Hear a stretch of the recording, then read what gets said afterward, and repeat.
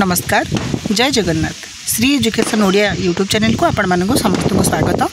तेबे जेपरि भाव में आपण मैंने समस्ते जानते सीपीटी बिगुल बाजिगला तेणुक ओडिया सीपीटी 2024 आम विभिन्न प्रश्नावली सब आलोचना करूँ जो प्रश्नावली गुड़िक आम आलोचना करुँ ता भितर आम साहित्य स्वतःशून्य बहिर पाखापाखि 90 भाग प्रश्न यूट्यूब चैनल अपलोड कर सारी।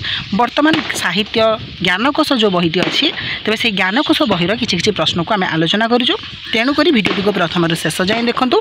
चैनल नुआ कर विजिट करते चैनल को सब्सक्राइब कर पाखर बेल आइकन को ऑल रे सेट कर दे था। आम पूर्व भिडियो आलोचना करते लिपि उपरे तेज आज ये भिडियो से लिपि विभाग में अन्य केतक गुरुत्वपूर्ण प्रश्न और तार उत्तर को जानिबा। तेज प्रथम प्रश्न उर्जाम शिलालेख क्यों लिपि देखा मिले? उर्जाम शिलालेख मागधी लिपि देखा मिले। चतुर्थ नरसिंह देवंकर त्रिमाली मठ ताम्र शासन में केई लिपि देखा मिले? चतुर्थ नरसिंह देवंकर त्रिमाली मठ ताम्र शासन में मागधी लिपि देखा मिले। प्राचीन ओडिया लिपि केउं समय रे विकसित होइथिला? प्राचीन ओडिया लिपि चतुर्दश शताब्दी परवर्ती समय तथा षोडश शताब्दी पर्यंत यही समय पीरियड भितर विकसित होइथिला। पुरीर जय विजय शिलालेख केउं लिपि देखा मिले? पुरीर जय विजय शिलालेख प्राचीन ओडिया लिपि देखा मिले। जाजपुर सिद्धेश्वर शिलालेख केउं लिपिर निदर्शन मिले?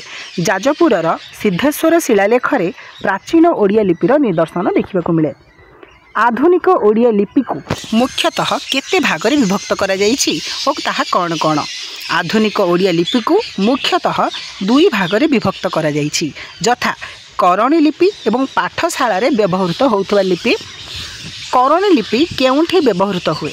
करणी लिपि कचेरी मानकरे मोहरीर माने कौन करिथांती ना लिपि माध्यम रे विभिन्न दलिल एवं जमीबाड़ी संबंधी कागजपत्र को लिखि थांती। ओडिया लिपिर स्वातंत्र्य कौन? ओडिया लिपिर स्वातंत्र्य होउची पुढ़ा पुच्छ वक्र रेखा अर्धवृत्ताकार मुंडली। तबे यही सबू स्वातंत्रता जोगु ओडिया लिपि सबू लिपिंक ठारू स्वतंत्र।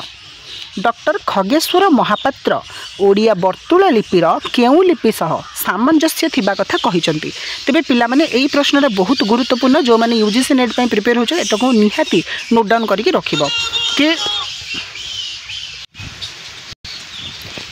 तेबे एक प्रश्नटा नोट डाउन करिवो कि डॉक्टर खगेश्वर महापात्र ओडिया वर्तुल लिपिर केउं लिपि सहित सामंजस्य रही बोली कहिसंती ता होची तिब्बतीय वार्तु लिपि सहित सामंजस्य रखिबा कथा कहिसंती। परवर्ती प्रश्न देखिबा ओडिया लिपिर परिवर्तित लिपि कौन थिला? ओडिया लिपिर परिवर्तित लिपि थिला करणी लिपि। ओडिया भाषा और लिपिर विवर्तन पुस्तकर स्रष्टा किए? ओडिया भाषा और लिपिर विवर्तन पुस्तकर स्रष्टा हेउचंती कुंज बिहारी त्रिपाठी एवं एही प्रश्नटी पिला माने previous year UGC net exam रे पचारि थिला। सत्यनारायण राजगुरुंक मतरे ओडिया रे व्यवहृत आ वर्ण दुईटी केउं लिपि अंतर्गत?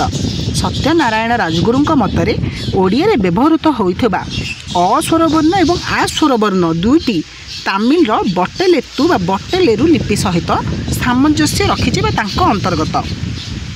परवर्ती प्रश्न देखिबा a comparative grammar of the modern Aryan languages of India रो रचयिता किए? तेबे यार रचयिता होचंदी John Beames. Outline of Indian philology रो रचयिता किए? यार रचयिता होचंदी John Beames. The evaluation of Odia language and script रो रचयिता किए? यार रचयिता होचंदी पिला माने कुंज बिहारी त्रिपाठी। एवं ता परवर्ती प्रश्न प्राचीन ओडिया अभिलेख रो रचयिता किए? यार रचयिता होचंदी कुंज बिहारी त्रिपाठी। ओडिया लिपि और भाषार रचयिता किए? ओडिया लिपि और भाषा ग्रंथर रचयिता खगेश्वर महापात्र। ओडिया भाषार रूपतत्वर रचयिता किए? ओडिया भाषार रूपतत्वर रचयिता होचंती बेणी माधव पाढ़ी। ओडिया लिपिर क्रम विकास काहार रचना? ओडिया लिपिर क्रम विकास हेउछि सत्यनारायण राजगुरुंकर रचना।